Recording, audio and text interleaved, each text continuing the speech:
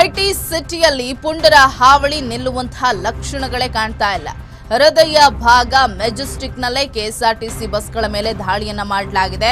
2 KSRTC ಬಸ್ಗಳ glass ಅನ್ನ ಪುಡಿ ಪುಡಿ ಮಾಡಲಾಗಿದೆ. ಮಿಡ್ ನೈಟ್ನಲ್ಲಿ ಪುಂಡರು ಅಟ್ಟಹಾಸವನ್ನ ಮೆರೆದಿದ್ದಾರೆ.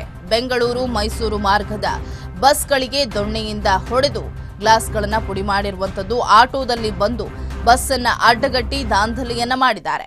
ಇಬ್ಬರನ್ನ ವಶಕ್ಕೆ ಪಡೆದಿದ್ದಾರೆ ಕಾಟನ್ ಪೇಟೆ ಪೊಲೀಸರು. 2 ಕಾರ್ ಆಟೋಗಳ ಗ್ಲಾಸ್ ಅನ್ನ ಪೀಸ್ ಮಾಡಿದಂತಹ ಕಿಡಿಗೇಡಿಗಳಿಬ್ಬರನ್ನ ಸದ್ಯ ಪೊಲೀಸರು ವಶಪಡಿಸಿಕೊಂಡಿರುವಂತದ್ದು. ಕುಡಿದ ನಶೆಯಲ್ಲಿ ಕಂಡ ವಾಹನಗಳ ಮೇಲೆ ಅಟ್ಯಾಕ್ ಮಾಡಿದ್ದಾರೆ. ಆಟೋದಲ್ಲಿದ್ದಂತಹ 5 ರಾಡ್ಗಳನ್ನ ಇಟ್ಕೊಂಡಿದ್ರು ಅಂತ ಹೇಳಿ ಬಸ್ ಚಾಲಕರು ಆರೋಪವನ್ನ ಕೂಡ ಮಾಡಿರುವಂತದ್ದು.